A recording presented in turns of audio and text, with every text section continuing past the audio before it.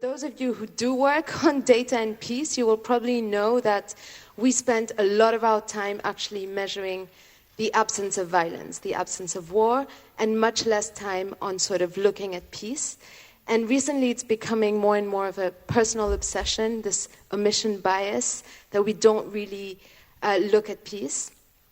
I'm extremely, extremely, extremely lucky that I got to grow up in a place where there's actually a lot of peace. I come from Mauritius. It's actually quite a peaceful country, given everything. So I don't have to look too far for an example of a peaceful country, of a peaceful place to look at. Recently, I got to spend a little bit of time at home and had many conversations with my father, Raj, who is here, and you'll hear more about him. And I got to learn more about why the country is peaceful. There are many reasons why Mauritius is peaceful, I think. We can unpack it. This is not the place to do it. We don't have a military to start with, and there are many other things. We have an independent press. But today I want to focus on the economy.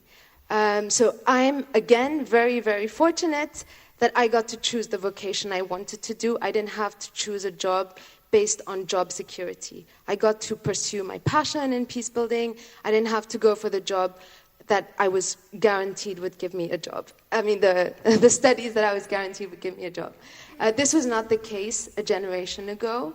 There's been an amazing trajectory in the country. I think an important transition from a plantation economy. We used to just grow sugarcane in a very exploitative manner. To today, we have quite a diversified economy, and most people of my generation have the same opportunities as I do. It's not perfect. Before I started working in peace building, I used to run a needle exchange program in Mauritius, so we do have a lot of problems, but we do have a lot of good things. And during the time I got to spend last year, I got to speak to this person, so sometimes you don't have to look very far from home to learn some lessons. So I wanted to share with other peace builders what I learned from somebody who actually confronted me, and I confronted him a lot about what contributes to peace. So Raj, my father, he's been a big part of Mauritius's economic transition from, as I said, a monocrop economy to sort of a more diversified economy. 7 years after independence, he was an economist for the Ministry of Planning, and he was seconded, for example, to the new sectors, such as the Ministry of Tourism, that were emerging to develop new sectors. Then he went on to work for the Mauritius Chamber of Commerce for about 4 years, I think in the 90s. And then went on to become the director of the Joint Economic Council, which is the peak private sector association in Mauritius. And in that role, spent a lot of time working with government to sort of transition the country in a sort of inclusive development way. And in 2014, I think, he helped to abolish the Joint Economic Council to create a more inclusive private sector association called Business Mauritius. Now he's retired. He mostly sings and walks and finds time to indulge me in some conversations sometimes. I've benefited a lot. I think I've opened my mind. I've become a little bit more humble about what it takes to build peace by speaking to him. So I won't take much more time. I'll ask him some questions, he'll answer, and if we have time, you can also ask him some questions. Yeah? So the first question I have for you is, maybe you can tell us a little bit more about Mauritius's transition from an economy that was dependent on the cultivation of sugar to a diversified economy, and the role that businesses have played in this transition. Thank you. Thank you, Beda. Thank you, Anupah, for giving me the opportunity to share with you with such a great team of peace builders, if I may use that term, on a subject which is very close to my heart in terms of the transition of the Mauritian economy.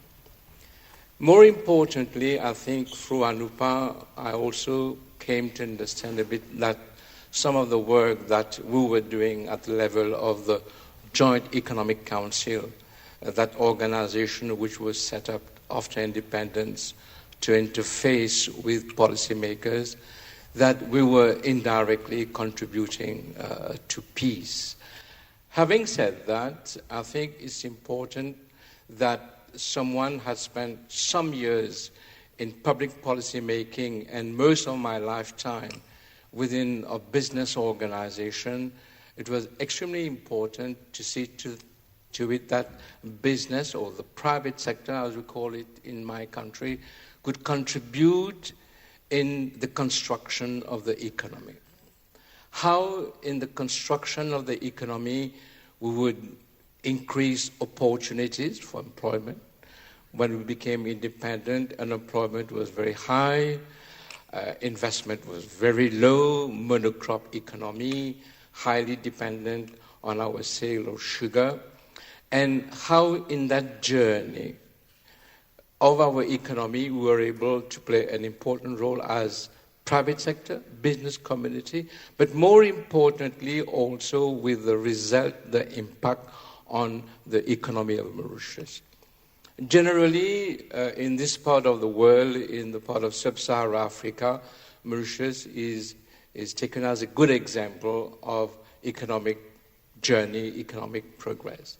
Now, diversification is a very tough sort of achievement in economic journey, in economic development, especially in a country whereby we had only monocrop, we had a plantation economy, which was fairly exploitative, as was said by Anupah, because at that time, either during the French time, it was based on slavery, during the British time, it was based on indentured labor. We are fourth generation of indentured labor coming from the subcontinent to Mauritius. Now, maybe a few milestones important. When Mauritius became British in 1810, it was French first. In the arrangement between the French and the British, it was clearly said that agreed that the property which was French-owned would remain with the French landowner. That's important because it was the first dichotomy between politics and business and private sector. When Mauritius became independent in 1968, though at that time, just before independence, in the election for independence, the business community worked very much with the party which was against independence, okay? But just after independence, 2 years after independence, the Joint Economic Council was set up, regrouping private sector, interfacing with government in meeting chaired by the Prime Minister. And that's a very important milestone in the construction of the economy, because without the business community engaged in our economic development, that would have been seriously a drawback with capital flight and so on.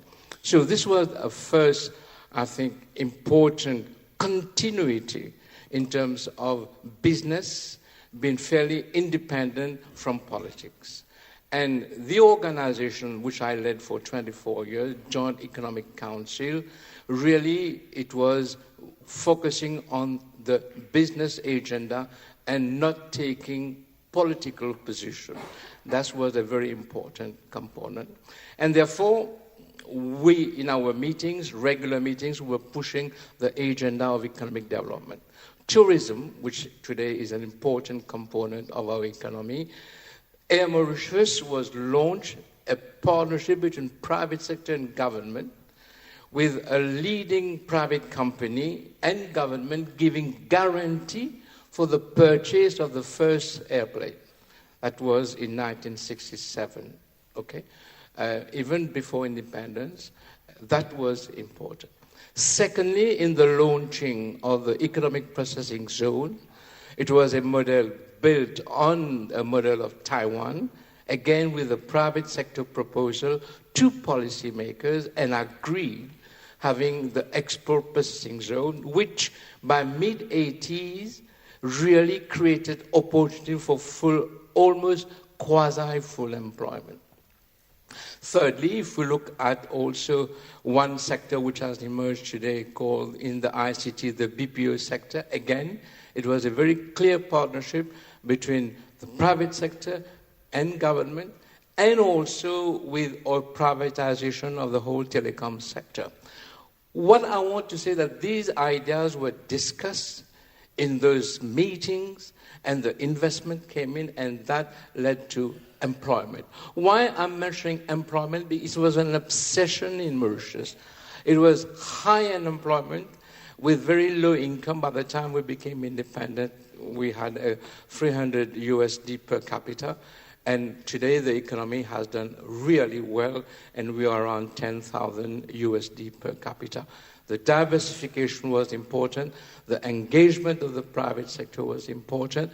And I would just conclude on the part of diversification that it was also the business committee played an important role in the negotiations of Mauritius in multilateral, in bilateral sort of platforms. For example, when we were negotiating for sugar, with the Commonwealth Sugar Agreement, within the Lomé Convention with EU, we had a joint negotiating team to really negotiate to get the best price, to get a quota for sugar. And we took a decision in 1974-75, whereas the world price of sugar was very high. The business community and the policymakers agreed in our negotiations with EU to take a lower price, but with a long period of having this price within a quota.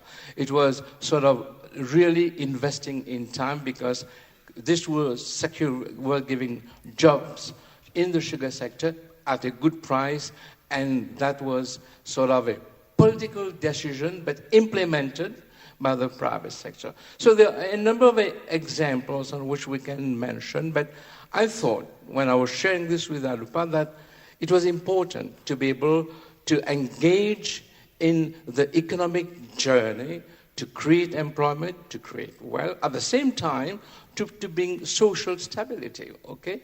And eventually also we started on a number of discussions with the trade unions, when we'll come back to that, how our discussions with the unions also was important for the social stability of the country. So I'm going to push you a little bit further, because you've given us a very nice explanation of how government and business have worked together for economic development. You've mentioned the GDP per capita. As we all know, that's not a good enough measure of development in society. It's a measure of growth, right?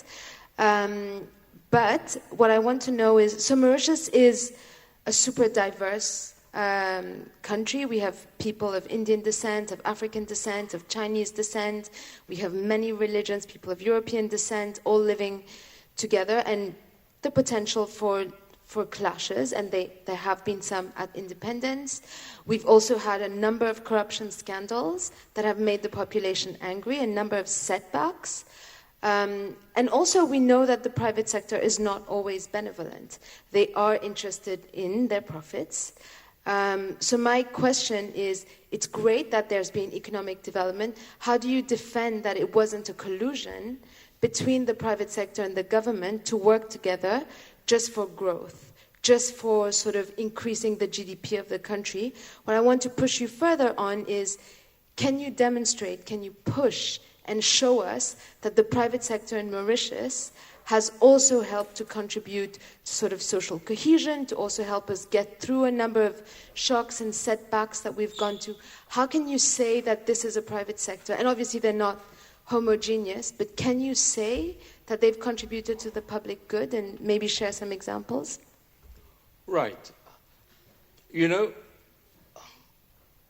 I did say in my opening remarks that there is a clear dichotomy between a business looking at business and not having essentially a political agenda, and government, an elected government, given that Mauritius is a democracy with regular elections. They are elected and therefore have a stronger mandate. Why my contention, I think my take, my call is that this dichotomy has been very beneficial for the country in terms of not having, let's say, a collusion between policymakers, public government, and private sector. You know, when the history of Mauritius, I mean, Len, which has been the first wealth the country producing sugar, has been very much owned to a large extent by the French who came to Mauritius in 1710. And up to now, a large chunk of that sugar is owned by that group, what we call the Franco-Mauritians. And given that we have a democracy, most of all the elected people, I mean, in our let's say, our democratic setup, because of the universal suffrage, there is about 70% of the population of Indian descent, and as I said, about 30% of African, and then small population of Chinese and also European. There is an ethnic divide which ascertains that the political power and the economic power, they are not within the same hands.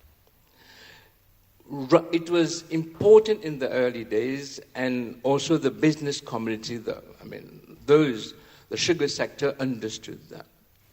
And maybe I will say something which is a bit provocative in the sense that I'm the first non-Franco-Mauritian to have led the Joint Economic Council. There was a change happening in the 70s whereby as the economy was diversified and there were new players in the economic landscape. There were new players within the private sector whereby the business opportunities were really on business opportunities. So it is a bit of history, it is a bit of legacy, but it is also a bit of what the business understood firmly, that definitely they will not be able to hold political power. This is, you have to get the votes of the whole population. And that was a good situation. So I would contend by saying that this was the history part, the legacy part, and also that it has not really worked. It worked only just before independence when the business community worked with the party which was against independence. Now, the second point that you raised in terms of how do we ascertain that the issue of governance, there have been corruption, there have been a number of issues. Now, given that it's a democracy and governments have lost their election on that issue of corruption and governance. And at the level of the Joint Economic Council, we did a work on funding of political parties. It took us 2 years to get that item on the agenda of business in terms of funding of political parties. And it was the only, let's say, item on which the Joint Economic Council was able to work with the trade union to have an ally to say, we'll have funding of political parties to get a legal framework for funding of political parties. We have not yet succeeded, but this is something on which we are working as an important component in deepening the governance issue for a country, which will prevent corruption, which will optimize situation or opportunities for the population. It's a long shot, but I think it's something which is important, which I put to the credit of the private sector, funding of political parties. I'm very happy this topic because I'm very passionate about it. It has taken us years to work on it. We work with some world authorities. We depone in front of Parliament, okay? And this is an area really today, the business community, the Joint Economic Council, which has become Business Mauritius, has a very clear position on the funding of political parties. It's an important area because very often collusion in business and government is on funding of political parties, and that's an important issue. Thank you for the passion. I have a last question for you, and I'll give you about 6 minutes to respond.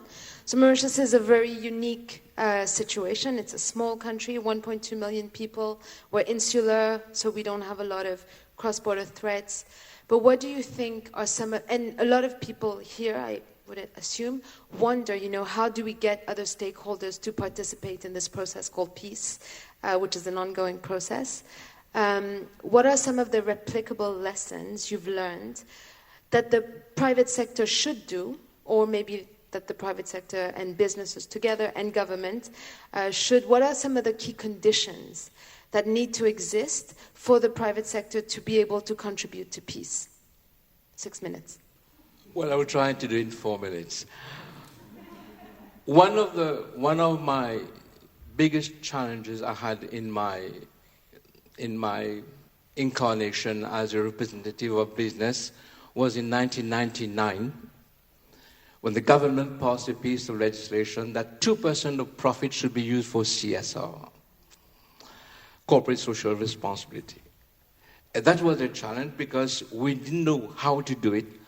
And what we did was to really engage with the government first, policymakers, to say, let's just agree on the guidelines for the CSR, but we would implement it. And we did it talking to the NGOs, and that was for me a difficult task, I must say. It was very challenging to work with what I call NGOs, because it's a matter of culture, it's a matter of who has the high moral ground and who wants to engage. We were able to get the guidelines, we were able to put into place, and therefore we have been able to work on that. We did about 40, 50 foundations in the business community to work on that. This is on one side, on community engagement, which we are making progress. But the second part was also dealing with trade unions, okay? Dealing with trade unions was very important because we have a tripartite annual meeting on wage compensation. That's very important because government giving the arbitrage, but we working with the trade unions and trying to agree on wage compensation with major economic implications, because if we don't agree on wage compensation, at least the guidelines, then you have major social instability. That was an important component of social stability that helped the country to make progress. We are quoted as one that had growth over the last 30 years. I think that's also an important component. The third point, where I think in terms of the diversity, how we've been able, because of different communities, given that the economy has diversified today, the opportunities, we don't have only to be owners of land to have business opportunities. In the financial services today, which is about 6.6% of GDP, and we have a large community of young professionals, and coming from very modest background, all of us from indentured sort of background. Today, they are the top players, the top lawyers, the top accountants in the financial services sector, which bring them sort of resources. So I think by the diversification, by engaging with stakeholders, and by trying to work on the community, and also by trying to look at some fundamental issues of governance, we've been able to be engaged, I must say, into a context that has brought social cohesion and social stability. I think these are some of the points that I would share with all of us in terms of our personal engagement. As business, it's very important. And you have a few minutes left, and you haven't touched on this, but I want you to touch on this. Can you say, in 2 minutes, something about the coherence of the private sector and how that's contributed to the stability? Okay. Business community is difficult to bring coherence. Again, given our legacy in Mauritius, we have business organization as part of our history. The Chamber of Commerce dates back to 1850. The Chamber of Agriculture to 1864. The Employers Federation in 1964. The Joint Economic Council, which became the apex organization after independence in 1970. They are members of the Joint Economic Council, which today, in 2015, we did another merger with the Employers Federation, so we have Business Mauritius as the apex organization. You know, very often when we have to face government as business community without being confrontational, you are in negotiations. You have to be seen to be coherent and powerful. And that is a bit of history. It's a bit of also is the day-to-day building up, constructing the private sector institution, which has helped to bring coherence. In 1996, we had a major difference with government over the budget. You know, within a week, we were able to unlock a dialogue, to discuss, and to bring changes, within the budget. I think that's very important. More importantly, also because we don't have a political agenda. Officially, never Joint Economic Council, contrary, for example, to organizations like CBI in the UK that will take a political position. We never take a political position. That helps coherence. Companies can have their own political agenda. A CEO has his own political, but as an organization, and that's one area where we are weak in Africa, because business organizations are being used by those who want to make political journey. And that's something which has helped the business community, at least our institution, to remain independent, strong, coherent, and reliable. Have I convinced you? Well, you can speak to them afterwards to see if you convince them. But thank you very much for listening to us, and I hope you enjoyed it. Thank you. Thank you. It was a pleasure.